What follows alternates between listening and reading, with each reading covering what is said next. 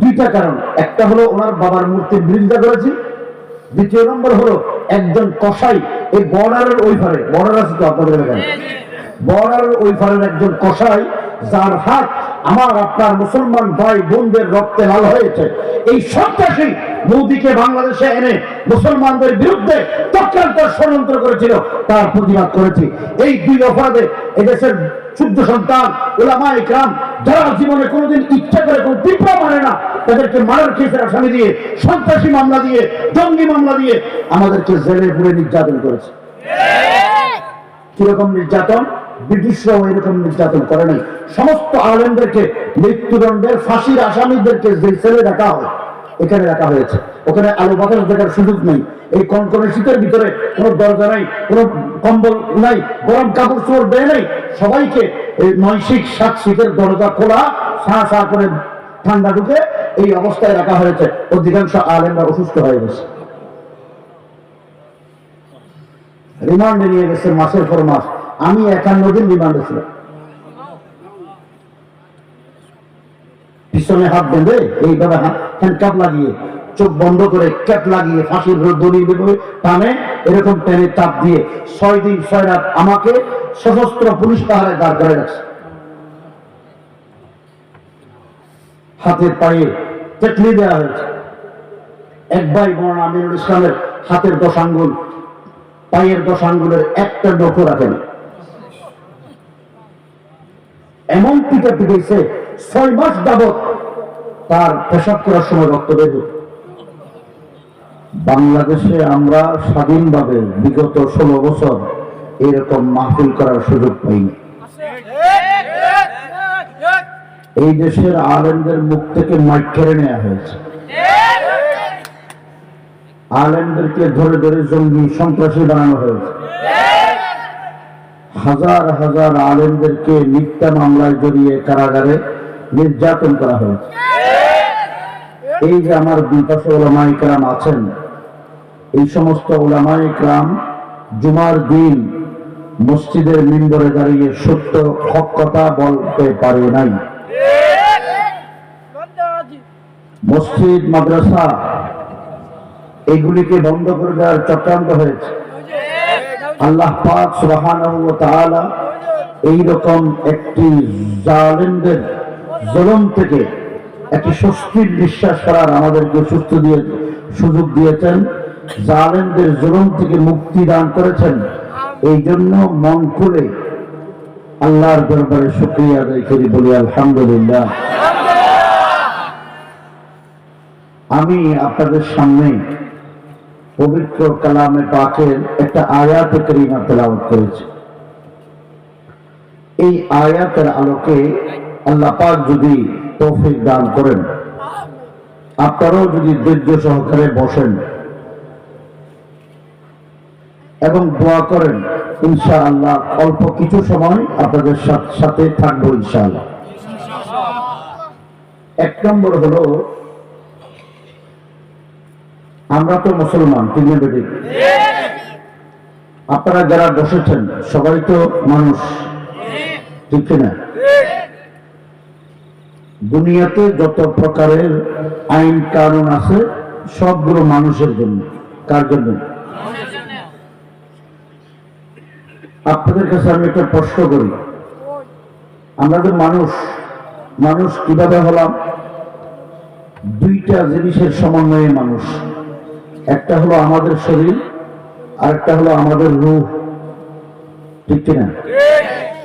আপনারা বলেন তো, শরীর থেকে যদি রূহ বের হয়ে যায়, মানুষ না লাশ? লাশের জন্য কোনো বিধিবিধান আইন কানুন? তাহলে যে শরীরের ভিতরে রূহ তাকে দুনিয়াতে সমস্ত আইন কানুন কার জন্য? তার জন্য। আমাদের দেশে আমরা যারা মানুষ, আল্লাহ আমাদেরকে দুনিয়াতে পাঠিয়েছেন, আমাদের শরীরকে ভালো রাখতে হবে, আমাদের রূহকে সুস্থ রাখতে হবে। শরীরকে ভালো রাখার সমস্ত আয়োজন আমাদের রাষ্ট্র, আমাদের শিক্ষা, আমাদের সমাজ করে, কিন্তু আমাদের যে একটা রূহ আছে, এই রূহ পরিশুদ্ধ না হলে আমরা যে অন্যায় করি, অনাচার করি, সমাজের রাষ্ট্রের কর্মকর্তারা যত প্রকারের দুর্নীতি করে, সন্ত্রাস করে, সবগুলো একমাত্র কারণ তাদের রূহ পরিশুদ্ধ নয়। ঠিক না? আমি আপনাদেরকে উদাহরণ দিয়ে বলি, স্কুল আছে না নাই? কলেজ আছে না নাই? ইউনিভার্সিটি আছে না নাই? বড় সৌভাগ্যবান আপনাদের এলাকার এই কিশোরগঞ্জের 2 জন ব্যক্তি প্রেসিডেন্ট হয়েছিল। ঠিক না? কিন্তু প্রেসিডেন্ট থাকলেও তাদের রূহ পরিশুদ্ধ ছিল না। রাগ করবেন নি কোনো? কিশোরগঞ্জের মানুষ তো না। আবার যদি কিশোরগঞ্জবাসী রাগ করে ফেলে, যত প্রকারের অন্যায়, জুলুম, অত্যাচার, দুর্নীতি হয়েছে তাদের নিয়ন্ত্রণে হয়েছে।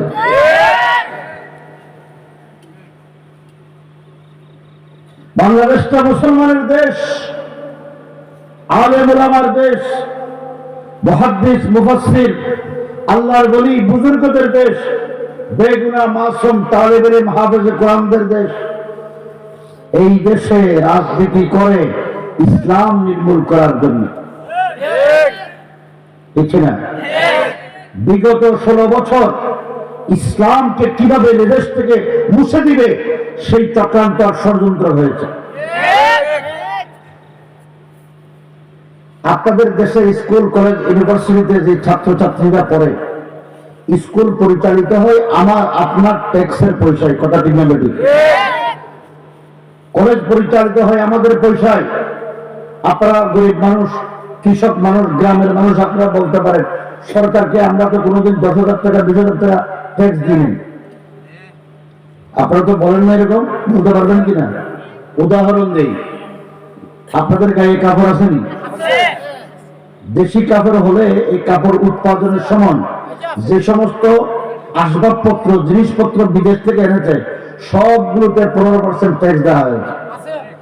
আপনি কেনার সময় আপনার পকেট থেকে 15% ট্যাক্স সরকারের পকেটে চলে গেছে।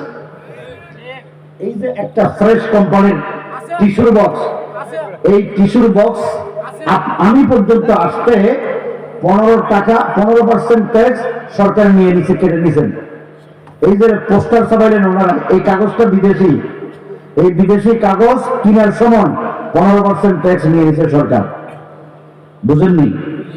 এই গ্লাস কেনার সময় 15% নিয়ে নিচ্ছে। লাইট, কাপড় সবগুলো অটোমেটিকলি আমরা জানি আর না জানি আমাদের পকেট থেকে চলে যায়। সবার কাছে এটা আছে না নাই? এটা কেনার সময় সরকারি ট্যাক্স দিতে হয়েছে। তো আমাদের পকেটের বসে সরকারি কোষাগারে গেছে কিনা? এই কারণে আমাদের ট্যাক্সের পয়সায় স্কুলের ছাত্র, শিক্ষক, এদের বেতন দেওয়া হয়। আমার দিকে খেয়াল করেন, সেই এই পাগল চলে গেছে। দেখো বাবা, আওয়াজ করিও না কেমন? এই শোনো, কথা বলিও না কেমন? তো বন্ধ। আপনারা কি বুঝছেন আমার কথা? সরকার আমাদের আপনাদের ট্যাক্সের পয়সায় এদের চালায়। এই স্কুল, কলেজ, ইউনিভার্সিটি থেকে লেখাপড়া শিখে আমাদের ছেলেরা সরকারি কর্মকর্তা হয়নি। সরকারি কর্মকর্তা হওয়ার জন্য তো কলেজে পড়া লাগে। বুঝলেন না এই কথা? মাদ্রাসার কোন ছেলে মেয়ে, কোন ছাত্র ছাত্রী সরকারি কর্মকর্তা হতে পারে? জামিয়া ইমদাদিয়া আপনাদের কাছে না দূরে? হযরত মাওলানা আতহার আলী রাহমাতুল্লাহ আলাইহি দেশ এটা, সারা জীবন এখানে কেটেছেন। হযরত মাওলানা আতহার আলী রাহমাতুল্লাহ আলাইহি এই দেশকে দুর্নীতি মুক্ত করার জন্য, সন্ত্রাস মুক্ত করার জন্য আজ থেকে 70 বছর 80 বছর আগে তিনি রাজনীতি শুরু করেছিলেন। আতহার আলী যে রাজনীতি করেছেন, এই রাজনীতি যদি এদেশে প্রতিষ্ঠিত হতো তাহলে কোনো সন্ত্রাস থাকতো না, দুর্নীতি থাকতো না, ইসলাম বিরোধী কোনো শক্তি ক্ষমতায় আসতে পারত। বড় আল্লাহওয়ালা বুজুর্গ ছিলেন মুস্তাজাবুদ দাওয়াত বুজুর্গ। আমাদের দেশে একটা কথা আছে, প্রচার আছে। চট্টগ্রাম 1952 সালে যখন নিজাম ইসলাম পার্টি প্রতিষ্ঠিত হয়, মাওলানা আতহার আলী রাহমাতুল্লাহ চট্টগ্রাম গেছিলেন জনসভা করতে। ভালো করে শুনেন, কত বড় আল্লাহর বলি। উনি চট্টগ্রামে গেলেন জনসভা করতে। হঠাৎ করে লালদিঘির চতুর্দিকে বৃষ্টি আরম্ভ হয়েছে। উনি স্টেজে বসা, দেশের চিটাগাংয়ের বড় বড় আলেমরা বসা, বড় বড় রাজনীতিবিদরা মাঠে আছে। আতহার আলী সাহেব ভালো উর্দুও জানতেন না, ভালো বাংলাও জানতেন না। আমি কিন্তু দেখিনি, আমরা মুরব্বীদের কাছে শুনছি উনি সিলেটি অর্ধেক অর্ধেক উর্দু অর্ধেক বাংলা মিশ্রিত কথা বলতেন। হযরত মাওলানা আফজাল আলী সাহেব রহমতুল্লাহ সবাইকে বললেন, আমরা এসেছি আল্লাহর জমিনে আল্লাহর দ্বীন কায়েমের জন্য, এই জনসভা করছি আল্লাহর কথা বলার জন্য। বৃষ্টি দিলেন আল্লাহ, আমরা আল্লাহর কথা বলবো, তো আল্লাহকে বলি যে আমরা তোমার কথা বলছি, এই জনসভাটা যেন শান্তিভাবে করতে পারি, বৃষ্টিটা বন্ধ করে দাও। আফজাল আলী সাহেব হাত তুলছেন, মাঠের চতুর্দিকে বৃষ্টি হয়েছে, কিন্তু লাল দিকে মাঠে বৃষ্টি হয়নি। এটা দূরে না কাছে? এইরকম বুজুর্গ আল্লাহর ওলির দেশের মানুষ আপনারা তো বড় ভাগ্যবান। স্কুল কলেজ ইউনিভার্সিটি থেকে লেখাপড়া শিখে ছাত্ররা যখন সরকারি কর্মকর্তা হয়, কোন কর্মকর্তা চতুর্থ পঞ্চম শ্রেণীর কর্মকর্তার বেতন 30,000 টাকার নিচে নেয়। আমাদের 2 বছর যে হুজুররা আছে ওনাদের বেতন 10,000 টাকার উপরে নেই। ইদানিং বাড়ছে, মসজিদের ইমামের বেতন 5,000-7,000 টাকা, কিন্তু ওনারা যে পরিমাণ দামি কাপড় পরে ফার্স্ট ক্লাস অফিসাররাও পড়তে পারেন। ঠিক আছে ঠিক? ওনাদের ছেলে মেয়ে হলো 8 জন 10 জন 12 জন, আর ফার্স্ট ক্লাস অফিসারের ছেলে মেয়ে হলো ছেলে হোক মেয়ে হোক 2টি সন্তান যথেষ্ট। বলেন ছেলে হোক মেয়ে হোক 2টি সন্তান যথেষ্ট, এটা কুফরি স্লোগান। এটা কি? তারা কিসের পরে সন্তান নেয় না? তারা খাওয়াইব কিভাবে? আল্লাহ বলেন ওয়া মিন দাব্বাতিন ফিল আরদি ইল্লা আলাল্লাহি রিজকুহা। আর তারা বলে আমি রিজিক, তাদের খাবার কিভাবে ব্যবস্থা করব? হায়া খাবারের রিজিকের মালিক কে? আল্লাহ। আর জোরে বলেন কে? আল্লাহ। আছে এই তারা লেখাপড়া শিখে অফিসার হওয়ার পর আপনারা বলেন তো বেতন পাইনি, বেতন পাইনি, 2 ঈদের বোনাস পাইনি, অফিসার যদি বড় হয় বাড়ি গাড়ি পাইনি।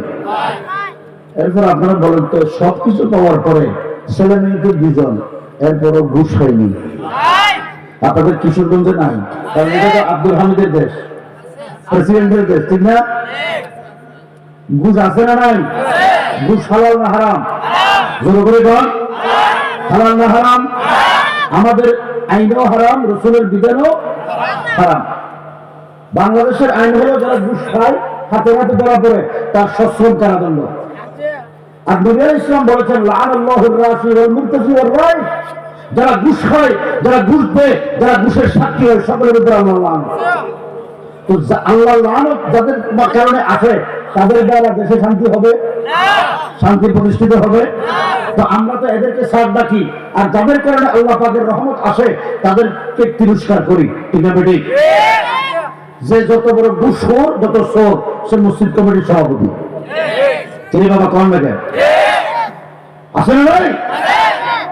কোন চোর, কোন বেনামাজি, কোন ঘুষখোর, কোন সন্ত্রাসীকে মসজিদ কমিটির সভাপতি রাখা যাবে না। মানবেন? আগামী দিনে এরকম কোন ব্যক্তিকে মসজিদ কমিটির সভাপতি বানাবেন না, ওয়াদা করতে পারবেন? আমাকে আল্লাহকে হাত তুলে আল্লাহর কাছে ওয়াদা করেন এইরকম ব্যক্তি আমাদের সমাজে নেতৃত্ব দিতে পারবে না।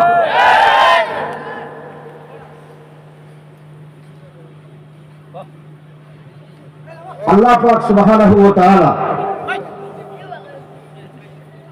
আমরা দেখেন আল্লাহ যে আছে না নাই? বাংলাদেশে আল্লাহ পাক আমাদেরকে দুনিয়াতে পাঠিয়েছেন আল্লাহর বান্দা হিসেবে। ঠিক না বেটি? আল্লাহর বান্দা হিসেবে আল্লাহর গোলামি না করব। আল্লাহ তাআলা আমি যে আয়াত করেছি, আল্লাহ তাআলা বলেন ওয়ালাকাদ যারানা লিজাহান্নামা কাসীরাম মিনাল জিন্নি ওয়াল ইনস। আল্লাহ রাব্বুল আলামিন বলেন আমি দুনিয়াতে অধিকাংশ মানুষ এবং জিনদের জন্য জাহান্নাম তৈরি করে রেখেছি। আমার কথা ভালো করে বুঝবেন। আল্লাহ আমাদেরকে দুনিয়াতে পাঠাইলেন সমস্ত সৃষ্টির শ্রেষ্ঠ হিসেবে।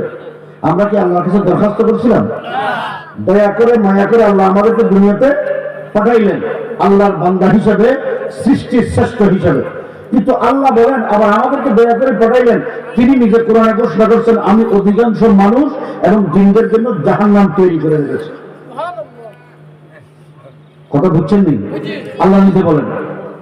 এরপরে জাহান অধিকাংশ মানুষ কারা, তাদের কথা বলছেন, লাহুম কুলুবুল লা ইয়াফকাহুনা বিহা, ওই সমস্ত মানুষ জাহান্নামী যাদেরকে আমি জ্ঞান দিয়েছি, বুদ্ধি দিয়েছি। বলেন তো আমাদের জ্ঞান কে দিয়েছে? আল্লাহ। আমরা যে বুদ্ধিমান কে দিয়েছে? আল্লাহ। আমাদের বুদ্ধি, আমাদের জ্ঞান সব কিছু আল্লাহর দেয়া। কিন্তু আপনাদের সমাজে এমন অনেক লোক আছে, আমাদের দেশে লোক আছে, দেখতে সুন্দর, শরীরের গঠন সুন্দর, স্মার্ট, খুব ভদ্র, কিন্তু মাথা ঠিক নাই। আছে না নাই? তো তার জ্ঞান আছে না বুদ্ধিহীন? বুদ্ধিহীন। আমরা যারা এখানে বসেছি, আল্লাহ পাক আমাদের সবাইকে এই ছেলের মতো বুদ্ধিহীন করে নেই। একজন আছে না এখানে, এই ছেলেটাকে আল্লাহ পাক সুস্থ করে দিন। সবাই আমিন বলুন। আল্লাহ তাআলা এই ছেলের চেহারার ভিতরে নূর আছে। আলেমদের মাহফিলে থেকে সবসময় ওই চেহারায় বুঝে যাচ্ছে এই ছেলেটা নূরওয়ালা, দোয়া নিবেনের কাছ থেকে। পাগল হলেও কিন্তু মস্তিষ্ক আল্লাহর আলেমদের, নবীর ওয়ারিসদের পাশে থাকে। ঠিক না বেটি? এই জন্য বলে আল্লাহ তার মতো তো আমাদেরকে এরকম বানাই নাই। এই জন্য আল্লাহ শুকর আদায় করি, বলি আলহামদুলিল্লাহ। আল্লাহ দিলেন বুদ্ধি, জ্ঞান। আল্লাহ বলেন আমি বুদ্ধি দিলাম কি জন্য?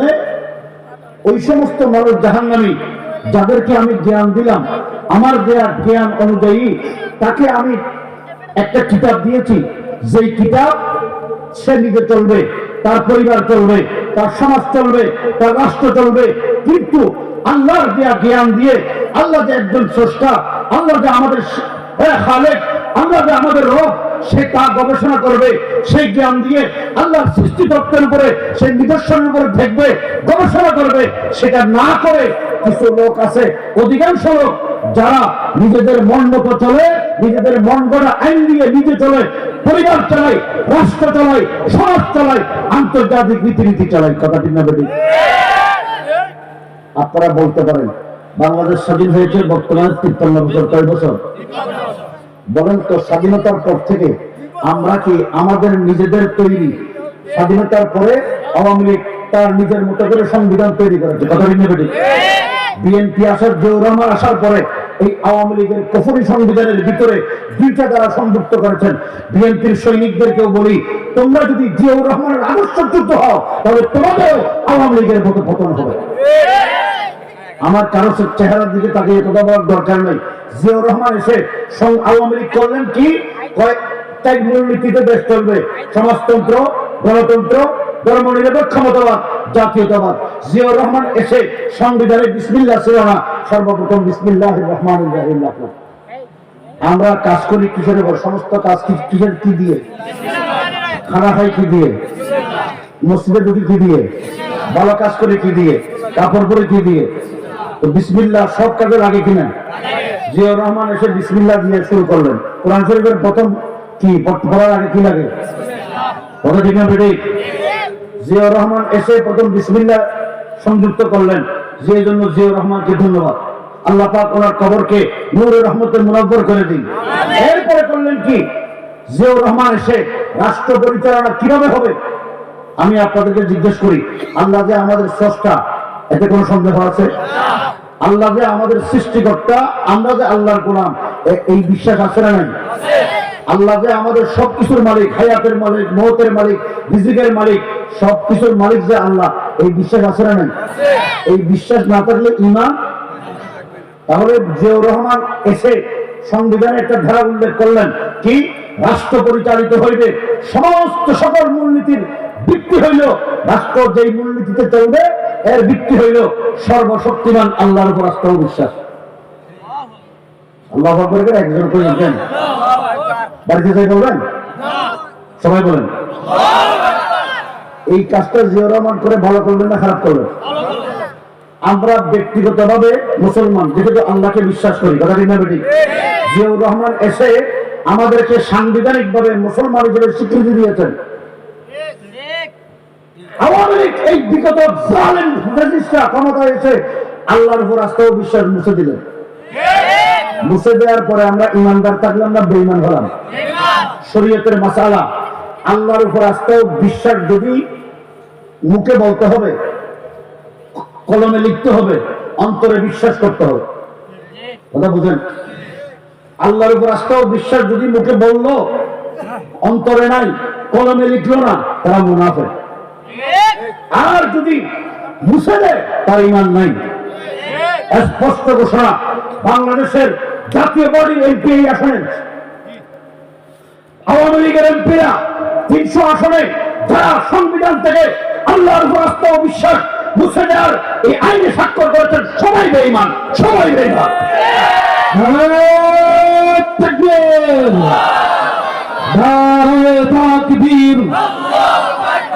নারে তাকবীর, আল কুরআনের আলো, আজিল্লাহ ইসলামী শাহেদ। আল্লাহ বলেন, লাহুম কুলুবুল লা ইয়াফকাহুনা বিহা, ওই সমস্ত বুদ্ধিমান জ্ঞানী লোকগুলো জাহান্নামী, যারা আমার দেয়া বিধান মতে চলে না, নিজেদের তৈরি করা আইন মতে চলে, তারা জাহান্নামী। বলেন তো, এই বাংলাদেশের অধিকাংশ রাজনৈতিক দল, রাজনৈতিক কর্মী আল্লাহর কোরআন মানে না? সবাই বলেন, সত্য কথা বলবেন, মানে না? আমাদের সমাজে কোরআন আছে, ইউনিয়ন পরিষদে আছে, উপজেলায় আছে, আদালতে আছে, বিচার ব্যবস্থায় আছে, সংসদে আছে, কেমন নাই? এই দেশের 2100 ওলামায়ে কেরামদেরকে 21 সালে জেলে বন্দী করেছে এই জালেমরা। আমরা জেলখানায় গিয়ে দেখলাম 33 খুনের মামলার আসামি হাইকোর্ট থেকে জামিন পাই, আর দেশের সূর্য সন্তান মওলানা মামুনুল হক সহ দেশের শীর্ষ পর্যায়ে ওলামায়ে কেরাম, তাদেরকে জামিন দেওয়া হয় না। ঠিক না বেঠিক? আল্লাহ যে আছে এটা বিশ্বাস আছে না? আপনাদের কি কোনো অসুবিধা হয়? ছেড়ে দেবো নাকি? আল্লাহ আছে যে বিশ্বাস হয়? আল্লাহ বুদ্ধি দিলেন ওনাকে, ওনাকে ছিলেন তো যিনি পলায় গেছেন, ওনাদের নাম নেওয়াটা আমি কবিরা গুনাহ মনে করি। এত বড় অপরাধ। ফেরাউনের নাম শুনছেন তো? ফেরাউন মুসা আলাইহিস সালামকে দুনিয়াতে আসতে দিবে না। সেই ফেরাউন আর এই দেশের লেডি ফেরাউন দুজনে। ওই ফেরাউন মুসা আলাইহিস সালাম তার বাহিনীকে, উম্মতদেরকে দ্বীনের প্রচার করতে দিবে না। এই জন্য মুসাকে মারার জন্য জল্লাদ বাহিনী তৈরি করেছে। মুসা আলাইহিস সালামকে দেশ থেকে তাড়িয়ে দিয়েছে। আর এই দেশের লেডি ফেরাউন, তার ফল এদেশের মুসা আলাইহিস সালাম আম্বিয়ায়ে কেরামের ওয়ারিসদেরকে মাঠে থাকতে দিবে না, কথা বলতে দিবে না। এই জন্য তারা ধরে ধরে মিথ্যা মামলা দিয়ে জেলে ঢুকিয়েছে।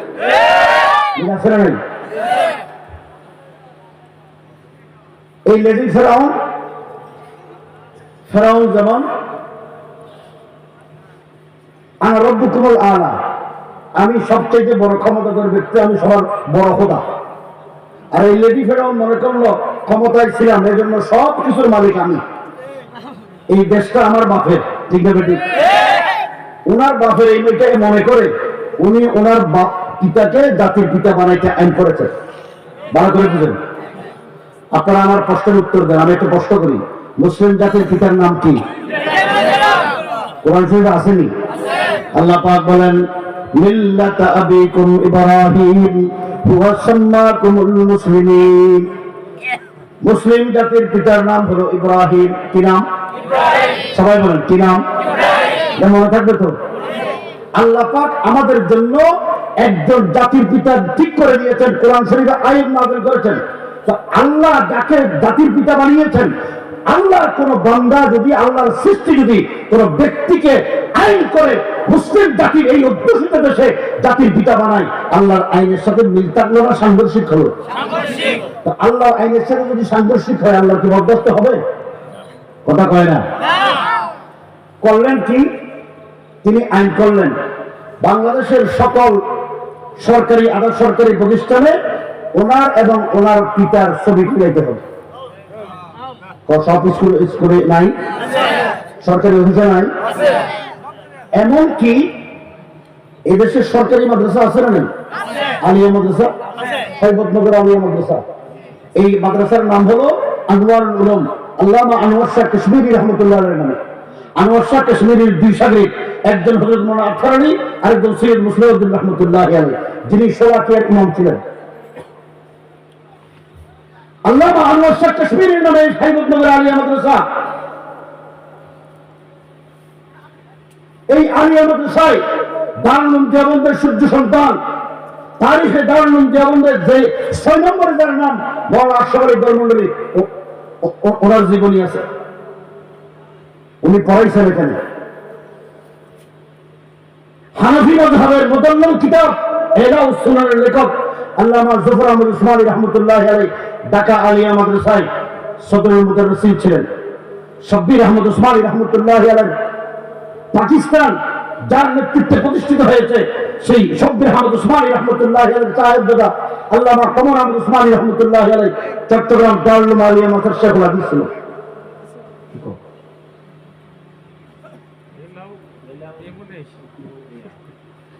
কি বুঝলেন?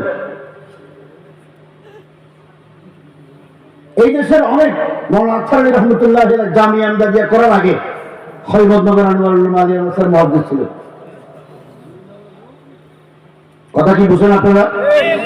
এই আলিয়া মাদ্রাসায় বুখারী পড়ানো হয়, তিরমিজি পড়ানো হয়, আবু দাউদ পড়ানো হয়, ইবনে মাজাহ, নাসাঈ, মুসলিম পড়ানো হয়, তাফসীরে জালালাইন, তাফসীরে বাইজাবি, কাশফ পড়ানো হয়।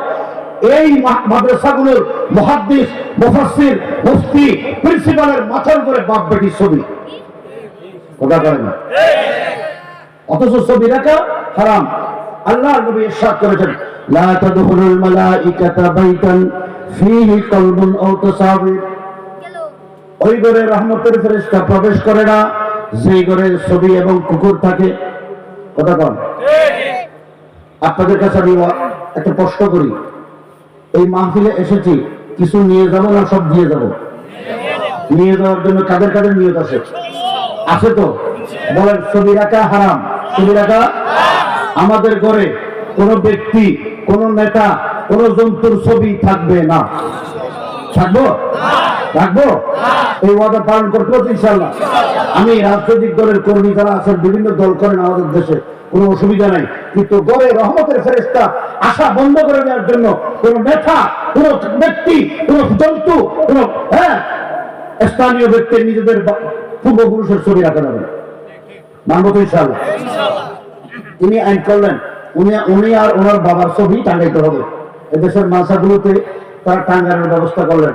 আলেমরা, আলিয়া মাদ্রাসার হুজুররা সরকারি নিয়ন্ত্রিত মাদ্রাসা শিক্ষক হওয়ার কারণে, বেতনভুক্ত কর্মচারী হওয়ার কারণে তারা এইরকম একটা হারাম কাজের বিরোধিতা করতে পারেনি। হযরত কাসিম নানুতুবি রাহমাতুল্লাহি আলাইহি দারুল উলুম দেওবন্দ প্রতিষ্ঠা করেছেন 8 মূলনীতির ভিত্তিতে, 8টা উসুলের ভিত্তিতে। এর ভিতরে একটা উসুল হলো সরকার কি শিরকত মুজিব মালুম বলতি হয়।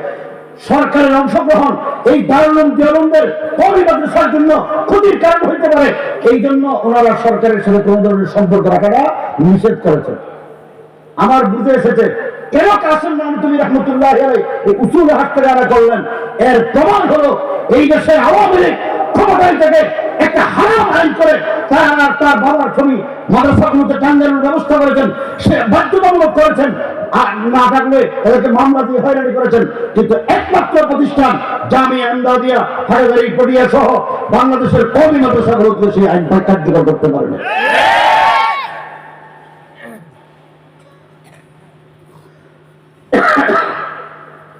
এরপরে উনি ওনার বাবার মূর্তি স্থাপন করেছেন। মূর্তি বুঝুন তো? ভাস্কর্য। বাংলাদেশের 10,000 মূর্তি স্থাপিত হয়েছে 4,500 কোটি টাকা খরচ করে। এটা আমার একটা কথা নয়, এগুলো ডকুমেন্ট আছে। এগুলোর বিরুদ্ধে এখন দুদক, দুর্নীতি দমন কমিশন কেন 4,500 কোটি টাকা রাষ্ট্রের, দেশের জনগণের, দিনদার আল্লাহওয়ালা মুত্তাকিদের টাকা খরচ করে মূর্তি স্থাপন করলেন? আমরা হিসাব নেব না? মূর্তি স্থাপন করা হারাম। কি রাসূল দুনিয়াতে এসেছেন, قال النبي عليه الصلاة والسلام إن الله بعثني رحمة للعالمين وأمرني ربي عز وجل بمحق المعازف والمزامير والصلب والأوثان। রাসূল দুনিয়াতে এসেছেন মূর্তি ভাঙার জন্য। খানায়ে কাবায় কত মূর্তি ছিল? 360। আছে না নাই? ভাঙছে কে? মুহাম্মদুর রাসূলুল্লাহ সাল্লাল্লাহু আলাইহি ওয়াসাল্লামকে আল্লাহ দুনিয়াতে পাঠিয়েছেন মূর্তি ভেঙে এক আল্লাহর ওয়াহদানিয়তকে প্রতিষ্ঠা করার জন্য। এখন তিনি আইন করে মূর্তি স্থাপন করলেন। আমরা 2001 সালে একটা মাত্র মূর্তির বিরোধিতা করেছি। কয়টা? তিনি তার বাবার দেশে যাওয়ার জন্য একটা ব্রিজ করেছেন, পদ্মা সেতু, জানেন তো আপনারা? এই পদ্মা সেতুর সংযোগ সড়কে 6টা মসজিদ ভাঙা হয়েছে রাস্তা বড় করার জন্য। আপনি মসজিদ ভাঙলেন, মসজিদ কার ঘর? খানায় কাবার অংশ হয় কিনা? খানায় কাবার অংশ ভেঙে ফেললেন, তো আপনি সেখানে মসজিদ ভেঙে মূর্তি করবেন? আপনি তো করবেন মসজিদের মিনার, ইসলামী স্থাপত্য, ঠিক না বেঠিক? এটা না করে ওনার বাবার মূর্তি আনলেন, প্রায় 10 না 15 কোটি টাকা খরচ করে চায়না থেকে বানিয়ে এনেছেন। এটা এখানে স্থাপন করবেন, ওলামায়ে কেরাম জানার পরে বিরোধিতা করবেন। আমরা সবাই মিলে মামুনুল হক সাহেব সহ জুনায়েদ বাবুনগরের নেতৃত্বে আমরা বিরোধিতা করেছি একটা মাত্র মূর্তি। আল্লাহর ইচ্ছা হলো যত 10,000 মূর্তি আছে একটা মূর্তিও বাংলাদেশে রাখবেন। আমরা বুঝিনি। আমরা এই বিরোধিতা করার কারণে আমাদের বিরুদ্ধে 300-এর অধিক মামলা দিয়েছে। আমার বিরুদ্ধে 124টা মামলা, 6টা মার্ডার কেস, ছোটখাটো মার্ডার নয়, police murder, BDR murder, RAB murder, সরকারি অফিসার মার্ডার।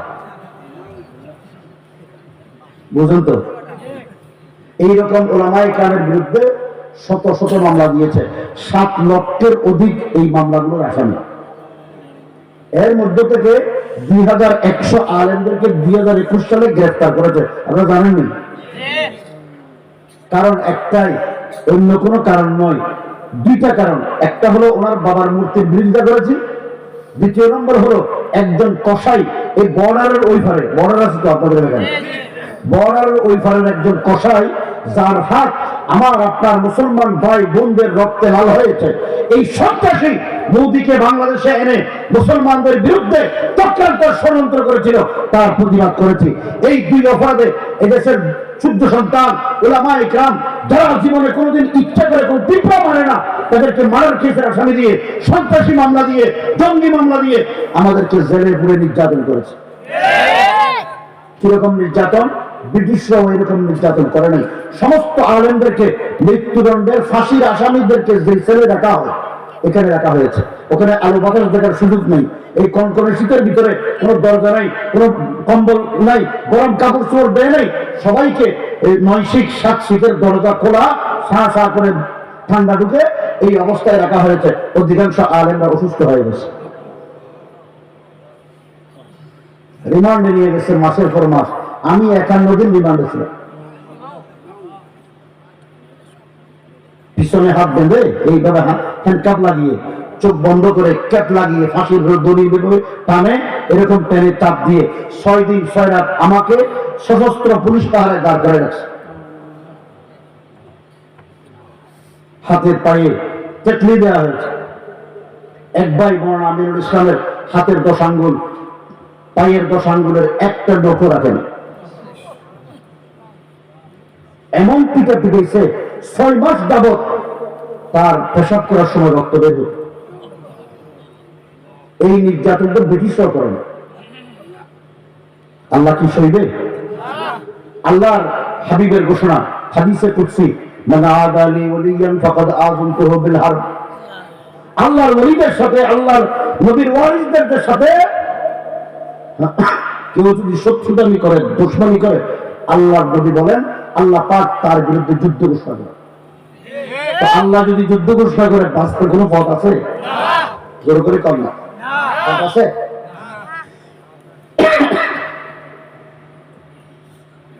আল্লাহ তাআলা তাদের বিরুদ্ধে যুদ্ধ ঘোষণা করেছেন, আল্লাহ বাঁচার কোনো পথ নেই। তিনি আইন করে তার নিজের বাবাকে, পিতাকে জাতির পিতা বানাতে চাইলেন। কথা মনে আছে তো? আল্লাহর ইচ্ছা হলো ইনি জাতির পিতা হবে না, জোতার পিতা হবে। জাতির বাবা হতে পারবেন না, জোতার বাবা হইতে পারে। প্রমাণ দেবো? আমরা একটা মূর্তির বিরোধিতা করে জেলে গেছি, উনি মূর্তি স্থাপন করলো।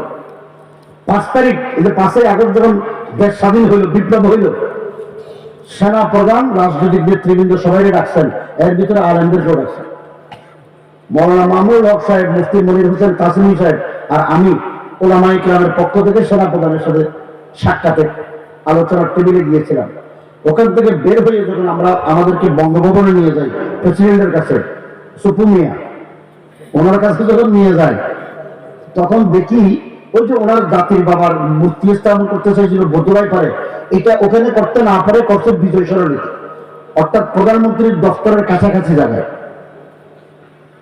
আমরা যখন এই দিক দিয়ে যাই, গাড়ি যখন যাই দেখি লাখ লাখ লোক জাতির বাবার মূর্তি ঘিরে রাখছে, এমন ঘিরে গিরছে গাড়ি চলতে পারে না। বহু কষ্ট করে 1 ঘন্টা পর্যন্ত চালিয়ে মাত্র আধা কিলোমিটার আসেনি, এসে দেখি ওইরান কাণ্ড। কি কাণ্ড? যে কি জাতির বাবার চতুর্দিকে লোকজন দাঁড়ানো, জাতির বাবার গলায় এত বড় মোটা মোটা রশি, রশি বাঁধছে গলায়, গলায় বেঁধে কেউ ডান দিকে টানে কেউ বাম দিকে টানে। দাঁড়িয়ে উৎসুক জনতার সাথে আমরাও দাঁড়িয়ে দেখলাম কি হয়। দেখি যে এত বড় বড় হাতুড়ি, লোহা পিঠে গেলে কি মাস্তুল, হামার হামার হেমার, আমাদের চিঠি বলে হেমার, এই হেমার বড় বড় হেমার জাতির বাবার পায়ে হাঁটুতে মারা শুরু করছে। এটা তো গেছে গেছে এই বুলডোজার দিয়ে জাতির বাবার পায়ের তলায় কি যা ছিল সুরকি মুরকি সবগুলো বের করা শুরু করছে। এটা তো কোন রকম গেল। কিছুক্ষণ পরে দেখি জাতির বাবার মাথার উপর এক ছোট বাচ্চাকে উঠে দিছে, সে উঠে টপ টপ পেশাব করে ফেলল। ভিডিও নাই? আসো তো এগুলি। এটাও গেল, পেশাব তো করলো এইটা। আরো বড় আশ্চর্যের কথা হলো, কয়েক মিনিট পরে দেখি 10-15-20 জন যুবক এসে এত বড় বিশাল জুতার মালা জাতির বাবার গলায় পরাই দিচ্ছে। ইজ্জত না বেইজ্জত? আরে জোর করে কর না, কে করলো? আল্লাহ তাআলা বলেন, কুলিল্লাহুম্মা মালিকাল মুলক তু'তিল মুলকা মান তাশা ওয়া তানজি'ুল মুলকা মিম্মান তাশা ওয়া তু'ইজ্জু মান তাশা ওয়া তুযিল্লু মান তাশা বিয়াদিকাল খায়র ইন্নাকা আলা কুল্লি শাইইন কাদির। ইজ্জত দেওয়ালা কে? আল্লাহ। বেইজ্জত করাওয়ালা কে? আল্লাহ। শরীয়তের বিধান হলো একটা লোকের জীবিত অবস্থায় যেরকম সম্মান করবে মৃত্যুর পরও সেরকম সম্মান করবে। কথা ঠিক হবে? ঠিক। আপনারা আমরা কবরস্থানে কিছু দাঁড়িয়ে যাই, তো একজন ব্যক্তিকে যিনি মরে গেছেন এই কার কারণে কোন কারণে এইভাবে বেইজ্জত করা হলো, তার একমাত্র কারণ আইন করে আল্লাহর বিধানের সাথে যারা সাংঘর্ষিক আইন করে আল্লাহ তাদেরকে এইভাবে বেইজ্জত করে। ঠিক না বেটি? দেখেন, বুদ্ধি দিল আল্লাহ, আল্লাহর বুদ্ধি দিয়ে দেশ চালাবেন। এদেশের নবী প্রেমিক আশেকরা 2013 সালে শাপলা চত্বরে আল্লাহ নবীকে যারা গালি দিয়েছিল, যারা নবীর শানে বেয়াদবি করেছে, যারা নবীকে কটূক্তি করেছে, যারা আল্লাহকে গালি দিয়েছে, যারা কোরআন বাজেয়াপ্ত করার দাবি উত্থাপন করেছে, তাদের বিরুদ্ধে এই দেশের উলামায়ে কেরাম আল্লামা আহমদ শরীফের নেতৃত্বে শাপলা চত্বরে গিয়েছিল। আমাদের কোন উদ্দেশ্য ছিল না, উদ্দেশ্য একটাই, নবীর দুশমনদের বিরুদ্ধে মৃত্যুদণ্ডের আইন পাস করতে হবে। এই উদ্দেশ্যে গেছিলাম। সেখানে 1,54,000 গুলি র‍্যাব, পুলিশ, বিজিবি তার ক্যাডার বাহিনীর বন্দুকের নল থেকে আমাদের আশেকের রাসূলদের উপরে আলেম, হাফেজ, মুহাদ্দিস, মুফাসসির, বেগুনা মাসুম তালেব ইলমদের বুকে বিদ্ধ করা হয়েছে। এটা অন্যায় নয়?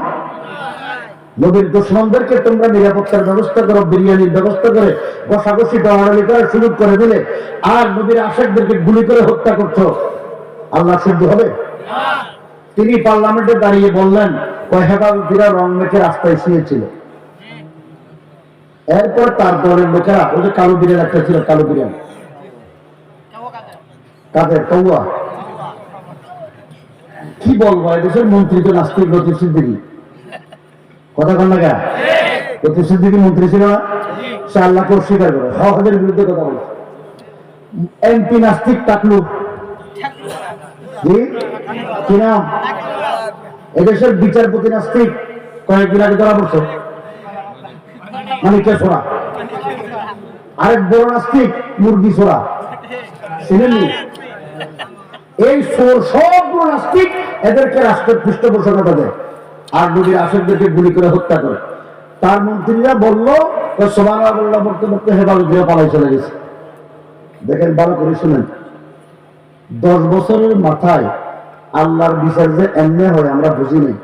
10 বছরের মাথায় তিনি আর তার মন্ত্রী পরিষদ ক্যাডার বাহিনী এমন ভাবে পালাইছেন যে তিনি পালাইছেন তো পরনের কাপড়টা ছাড়া কিছু নিয়েও যেতে পারে, ঠিক কিনা? বা খাওয়ার সুযোগও তাই নাই। তার মন্ত্রী এমপি ক্যাডার বাহিনী যত আছে সবগুলো গর্তে ঢুকে গেছে, বাটি চালান দিয়ে খুঁজে পাওয়া যাচ্ছে না। এখানে বিচার কে করেছেন? এই বিশ্বাস আছে না নাই? আল্লাহ দেওয়া জ্ঞান দিয়ে বুদ্ধি দিয়ে যদি আল্লাহর বিচারের বিরুদ্ধে এরকম চক্রান্ত ষড়যন্ত্র করে বিচার কে করেন? বিচার কে করেন? আল্লাহর বিচার যখন শুরু হবে, আল্লাহ বিচার করলে লাম ইউফলিহু, আল্লাহ যখন ধরবেন ছেড়ে দিবেন না।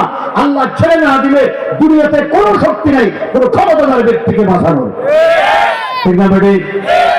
এই জন্য আপনারা যারা মুরব্বী একরাম যুবক ভাইয়েরা আছেন, আপনাদেরকে বলবো আমাদেরকে বুদ্ধি দিল কে? জ্ঞান দিল কে?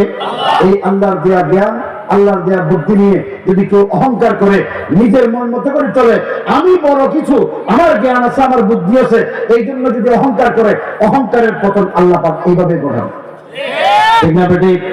এদের এই লেডি ফেরাউন তার বাহিনী তার দলকে দিয়ে প্রমাণ আল্লাহ করেছেন যে ফেরাউনের যারা চরিত্র অবলম্বন করবে, ফেরাউনের চরিত্রের সাথে যাদের চরিত্র মিলবে, আল্লাহ পাক তাদেরকে এই আখির জামানায়ও সেই রকম শাস্তির ব্যবস্থা করবে। যে সিরিয়ার আরেক শয়তান সন্ত্রাসী স্বৈরশাসকের পতন হয়েছে, ঠিক না বেটি? এবং আল্লাহ তাআলা বলেন ওয়ালাহুম আ'য়ুনুন লা ইউবসিরুনা বিহা, ওই সমস্ত মানুষ জাহান্নামী যাদেরকে আমি দুটো চক্ষু দান করিলাম, আমার দেয়া চোখ দিয়ে আমার কুদরতি নিদর্শন দেখে আমাকে আমার যে স্রষ্টা এটা বিশ্বাস করে না, এটাকে প্রমাণ করে না, এটার উপর গবেষণা করে না, তারা জাহান্নামী। এরপর আল্লাহ বলেন ওয়ালাহুম আযানুন লা ইয়াসমাউনা বিহা, আমাদের দুইটা কান কে দিছে? এই কান দিয়ে আল্লাহ পাকের কোরআন শুনবো, জিকিরের আওয়াজ শুনবো, আল্লাহ পাকের কুদরতি নিদর্শনগুলো দেখে দেখে আসার শুনবো। সেটা না করে এখন আমরা গান শুনি, এটা আছে না? এটা তো সমস্ত গুনার মূল। এখন যুবকরা বেশি ব্যবহার করে, ছাত্ররা বেশি ব্যবহার করে। আমরা গুনাহ থেকে মুক্ত থাকবো তো ইনশাআল্লাহ। কথা লম্বা হয়ে যাচ্ছে, আপনারও বিরক্ত হয়ে যাচ্ছেন, 12টা হয়ে গেছে। এরপর আল্লাহ বলেন উলাইকা কাল আনাম, এরা হলো চতুষ্পদ জন্তুর মতো। এরপর আল্লাহ বলেন বলহুম আদল, এরা চতুষ্পদ জন্তুর চাইতেও নিকৃষ্ট। আচ্ছা, আল্লাহ আমাদেরকে সবার শ্রেষ্ঠ বানাইলেন, এরপর আল্লাহ বলেন এরা চতুষ্পদ জন্তুর মতো, আবার বলেন চতুষ্পদ জন্তু থেকে নিকৃষ্ট। এটা কেন বললেন? বুঝেননি আপনারা কেন আল্লাহ এটা বললেন? একটা উদাহরণ দিই। হযরত মাওলানা আব্দুল মাজিদ দরিয়াবাদী রাহমাতুল্লাহ আলাইহি একটা উদাহরণ দিয়েছেন, আপনাদেরকে দিই। আপনাদের এলাকায় চেয়ারম্যান আছিল না? এখন আছে না? পলাইছে? ধরেন চেয়ারম্যান সাহেবের গরু আছে, গোয়াল গরু বড়া। এই গরু আমাদের পিসা হুজুরের দান, ক্ষেতের দান খেয়ে ফেলছে। কথা ভালো করে বুঝবেন, চেয়ারম্যানের গরু পিসা হুজুরের দানের ক্ষেত খেয়ে ফেলছে। বলেন তো, গরু যে পিসা হুজুরের উনি পিসা, ওনার দান খেলে অপরাধ হবে, অন্যায় হবে, এটা বুঝে খাইছে না? দান খেলে স্বাদ পাওয়া যায়, মুখে স্বাদ আছে, পেট ভরে, এই জন্য খাইছে। স্বাদ বুঝে পেট ভরবে এই জন্য গরু দান খাইছে। এটা দান যে ফিসাব হুজুরের, ফিসাব যদি আদালতে মামলা করে তার একটা বিচার হবে, এই অনুমতি ছাড়া, ওজরত দেওয়া ছাড়া দান খাওয়া অন্যায়, এটা গরু বুঝে? বুঝে। যদি চেয়ারম্যান সাহেব তার ক্যাডার বাহিনী দিয়ে, ক্যাডার বাহিনী ছিল না, ক্যাডার বাহিনী দিয়ে ফিসাব হুজুরের পাকা দান কেটে নিয়ে আসে এবং নিয়ে আসার পরে এটা রান্না করে ভাত খায়, এলাকার মানুষজনকে মেজবানি খাওয়ায়, দায় জমেনি। ক্যাডার বাহিনী দিয়ে কেটে আনা, এটা যে অন্যায়, এই অন্যায় কাজটা করলে শাস্তি হবে, এই বুদ্ধিটা চেয়ারম্যানের আছে না নাই? আছে। গরুর আছে? গরু এই ধান কেটে এনে রান্না করে খাইলে স্বাদ পাওয়া যায়, এটা চেয়ারম্যান বুঝে। গরুও ধান খেলে স্বাদ পাওয়া যায়, সেটা বুঝে। এই জন্য এরা চতুষ্পদ জন্তুর মতো। কিন্তু মানুষ চেয়ারম্যান, তাকে আল্লাহ বুদ্ধি দিলেন, বিশ্বাবুজুরের পাকা ধান কেটে নিয়ে আসা অন্যায়। এই অন্যায় কাজ করলে দুনিয়ার আদালতে যদি বিচার দায়ের করা হয়, মামলা হবে, এই মামলার কারণে শাস্তি হবে। আল্লাহ পাকের দরবারে শাস্তি হবে কিনা? দুনিয়াতেও শাস্তি হবে, আখিরাতেও শাস্তি হবে। এই জ্ঞান চেয়ারম্যানের আছে না নাই? চেয়ারম্যানের এই জ্ঞান আছে, এই জন্য চেয়ারম্যান গরুর চাইতেও নিকৃষ্ট। কথা বুঝেন? বাংলাদেশের যাদেরকে আল্লাহ পাক ক্ষমতা দিয়েছেন, জ্ঞান দিলেন কে? তারা জানে বিনা কারণে আলেমদেরকে নির্যাতন করলে দুনিয়াতেও বিচার হবে, আখিরাতেও বিচার হবে। এই জ্ঞান তাদের আছে না নাই? এরপরেও তারা অন্যায় কাজ করেছে। আল্লাহ বলেন এরা চতুষ্পদ জন্তুর চাইতে নিকৃষ্ট। বিগত সময় এই জালেম ফ্যাসিস্টরা এই দেশের উপরে যত অন্যায় করেছে, জুলুম করেছে, অত্যাচার করেছে, দেশের টাকা বিদেশে প্রচার করে বেগম পাড়ায় বাড়ি করেছে, তারা হলো চতুষ্পদ জন্তুর চাইতে নিকৃষ্ট। দুনিয়াতেও তাদের বিচার হবে, আখিরাতেও তাদের বিচার হবে। কথা ঠিক না বেঠিক? আল্লাহ পাক আমরা কি গরুর চাইতে নিকৃষ্ট হতে চাই? তারা তো চলে গেলেন, দেখেন তিনি তো পালাইলেন, পালাইয়ে গেলেন কোথায়? একজন মুসলমান, তিনি তো নিজেকে তাহাজ্জুদ গুজার দাবি করতেন। এখন উযু করে করতেন না উযু ছাড়া করতেন, এটা আমরা জানি না। ঠিক কয়েকদিন আগে হযরত জুনায়েদ আল-হাবিব সাহেব বললেন, উনি জেল থেকে বের হওয়ার পর স্বরাষ্ট্রমন্ত্রী ওনাদের ধরে নিয়ে গেছেন। এরপরে বললেন আপনারা কি আলেমরা কি করেন? আমাদের প্রধানমন্ত্রী তিনি নামাজ পড়েন, কোরআন তেলাওয়াত করেন, তাহাজ্জুদ করেন, এইরকম প্রধানমন্ত্রী কি পাওয়া যাবে? জুনায়েদ সাহেব যখন আমারও বললেন, আমি বললাম যে উযু করে পড়তো না উযু ছাড়া পড়তো, সেটা তো আর বলেনি। ঠিক কথা কন। এই তাহাজ্জুদ গুজার এটা হলো দুটাবাজি। এটা কি গেছেন কোন মুসলমানের দেশে আশ্রয় নিতে পারেনি, মালাউনের দেশে। কোন দেশে? ওখানে বসে বসে আমাদেরকে বিলকি মারে, আমাদের দেশ দখল করবে। ত্রিপুরার এমপি বলছে বাংলাদেশ দখল করবে, তার খাই ইচ্ছে। আল্লাহর কসম করে বলি, বাংলাদেশের মুসলমানরা দুনিয়াতে কোন শক্তির সামনে মাথা নত করে না। এটা প্রমাণ করে দিয়েছেন 2024 সালে জুলাই বিপ্লবে। এই দেশের তরুণ প্রজন্ম, যাদের বয়স এখনো 10, 11, 12, 13 বছর, যারা বেগুনা এখনো বালেগ হয়নি, করিবুল বুলুগ, এই ছাত্ররা আল্লাহ পাক আব্রাহা বাহিনীকে যেইভাবে আবাবিল দিয়ে দুনিয়াতে ধ্বংস করেছেন, আমরা তো মনে করি এই বেগুনা মাসুম ছাত্রছাত্রীদেরকে আল্লাহ পাক এই জালেমদের জন্য, নবী ফেরাউন এবং তার বাহিনীর জন্য, তার ছেলে সামন্তদের জন্য আবাবিল নাযিল করেছেন। এখন ইসকনকে মারে নামাজ, বুঝলেন? এই যে তাবলীগ জামাতের গতকালকে রাত্রে যে হত্যাকাণ্ড হলো, ওখানে আজকে স্বরাষ্ট্রমন্ত্রী সহ গোয়েন্দা সংস্থার রিপোর্ট হলো, ওখানে তার দলের ক্যাডার বাহিনী ঢুকছে অস্ত্র নিয়ে। তারা গন্ডগোল লাগায়। আমরা কোন সন্ত্রাসী, কোন গন্ডগোলকারীকে ছাড় দেব না। এই দেশে সকল গণহত্যার বিচার হবে। যারা দেশ থেকে ইসলাম নির্মূল করতে চেয়েছে, যারা আমাদেরকে বিনা কারণে মিথ্যা মামলা দিয়ে হয়রানি করে নির্যাতন করেছে, যারা নবীর আসাদের রক্ত জড়িয়েছে, দুনিয়ার হত্যাকাণ্ড যারা করিয়েছে, জুলাই বিপ্লবে 2000 নবী আমার সন্তানদেরকে যারা হত্যা করেছে, তাদের বিচার না হওয়া পর্যন্ত, ফাঁসিতে না চূড়ানো পর্যন্ত আমরা ঘরে ফিরে যাব না।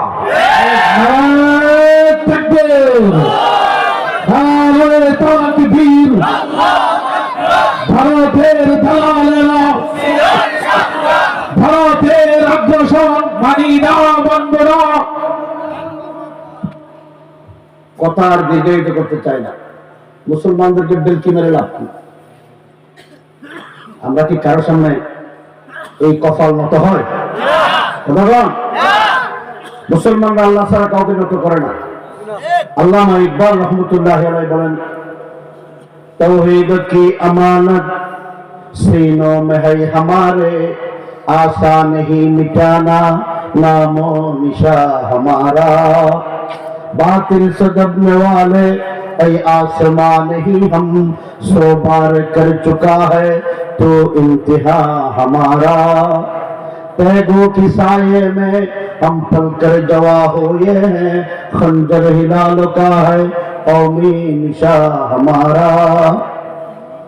डरते नहीं दुनिया में मुसलमानों किसी से, मिल जाती है जब दौलत ईमान नबी से। আমরা ঈমান পেয়েছি কার উসিলায়? আল্লাহর নবীর উসিলায়। তো নবীকে যদি বেইজ্জত করে অপমান করে এদের প্রতিবাদ করার দায়িত্ব শুধু হুজুরদের, আপনাদের নাই? আছে না নাই?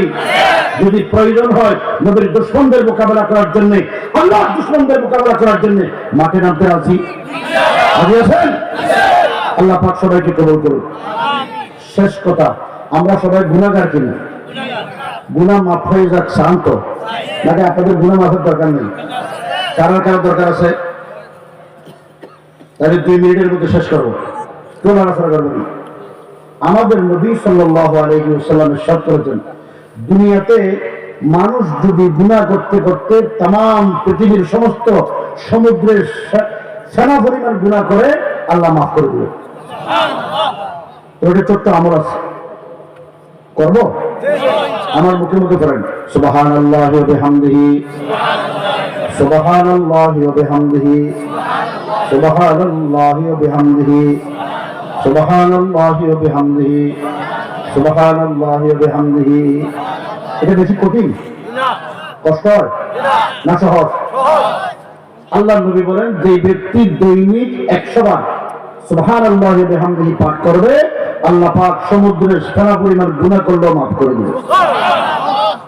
এই আমলটা আমরা করব, আজ থেকে করব, আমাদের মা বোনদেরকে বলবো। দ্বিতীয় নম্বর, আমরা এখান থেকে যাওয়ার পর ঘুম যাব না। আল্লাহর নবী সাল্লাল্লাহু আলাইহি ওয়াসাল্লাম আম্মা আয়েশাকে ওসিয়ত করেছেন, হে আয়েশা, ঘুম যাওয়ার সময় 1 খতম কোরআন শরীফ তেলাওয়াত করলে যে সওয়াব, সেই সওয়াব নিয়ে ঘুমাবে। আম্মা আয়েশা বললেন, ইয়া রাসূলুল্লাহ, ঘুমের আগে 1 খতম কোরআন শরীফ তুমি তেলাওয়াত করবে, অনেক সময় দরকার। রাসূল বলেন, হে আয়েশা, যে ব্যক্তি ঘুমের আগে 3 বার সূরা ইখলাস পাঠ করবে, আল্লাহ পাক তার আমলনামায় 1 খতম কোরআন শরীফ তেলাওয়াত করলে যে সওয়াব, সেই সওয়াব দান করবে। সূরা ইখলাস আমরা জানি তো সবাই, কুল হুয়াল্লাহ জানি না? তো কুল হুয়াল্লাহ 3 বার পড়তে সময় লাগবে সর্বোচ্চ 30 সেকেন্ড। কয় সেকেন্ড? 1 মিনিটও লাগবে না। সুবহানাল্লাহি ওয়া বিহামদিহি 100 বার পড়তে সময় লাগবে 3 মিনিট। কয় মিনিট? 3 মিনিট। আল্লাহর নবী হযরত আয়েশাকে আরো ওসিয়ত করেছেন, হে আয়েশা, ঘুম যাওয়ার আগে একটা উমরা হজ করলে যে সওয়াব, সেই সওয়াব নিয়ে ঘুমাবে। আমাদের আয়েশা বললেন, ঘুমের আগে উমরা কেমনে করতে যাব, বাইতুল্লাহ কেমনে তাওয়াফ করব, সাফা মারওয়া কেমনে সাই করব? রাসূল বলেন, যেই ব্যক্তি ঘুমের আগে এই 4টা শব্দ পাঠ করবে, আল্লাহ পাক তার আমলনামায় একটা মকবুল উমরা হজের সওয়াব দান করবে। এটা কি পড়েন, আমার মুখে মুখে পড়েন, সুবহানাল্লাহ আলহামদুলিল্লাহ ওয়া লা ইলাহা ইল্লাল্লাহ আল্লাহু আকবার, সুবহানাল্লাহ আলহামদুলিল্লাহ ওয়া লা ইলাহা ইল্লাল্লাহ আল্লাহু আকবার, সুবহানাল্লাহ আলহামদুলিল্লাহ ওয়া লা ইলাহা ইল্লাল্লাহ আল্লাহু আকবার। এটা বেশি কঠিন জানি তো সবাই।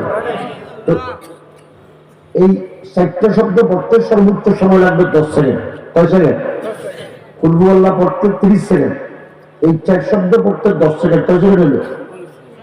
40 সেকেন্ড ব্যয় করে একটা উমরা হজের সওয়াব, 1 খতম তেলাওয়াতের সওয়াব দরকার নাই? আছে। তো শুধু আমাদের দরকার না, আমাদের মা বোনেরও দরকার। ওনাদেরকে বলবো ইনশাআল্লাহ, আজ থেকে এই আমল করব। আল্লাহ পাক আমাদের সবাইকে আমল করার তৌফিক দান করুন। আগামী দিনে বাংলাদেশটা যেন ন্যায় ও ইনসাফের সহিত চলে, এদেশে মারামারি হানাহানি যেন না থাকে, ঘুষ দুর্নীতি যেন না থাকে, আমরা যেন নিরাপদে থাকতে পারি, সেই জন্য আল্লাহ পাক যে কোরআন আমাদেরকে দিয়েছেন, নাযিল করেছেন, এই কোরআনের বিধান মতো যদি রাষ্ট্র চলে, আমার আপনার কোনো অসুবিধা আছে? এটা চাই আমরা? আল্লাহকে সাক্ষী রেখে, আল্লাহ, আমরা তোমার কোরআন মতো শাসন চাই, তোমার কোরআনের বিধান মতো শাসন চাই। তুমি বাংলাদেশের জমিনে সেই শাসন ব্যবস্থা কায়েমের তৌফিক দান করো। আল্লাহ পাক আমাদের সবাইকে তৌফিক দান করুন, আমিন। ওয়া আখিরু দাওয়ানা আলহামদুলিল্লাহি রাব্বিল আলামিন।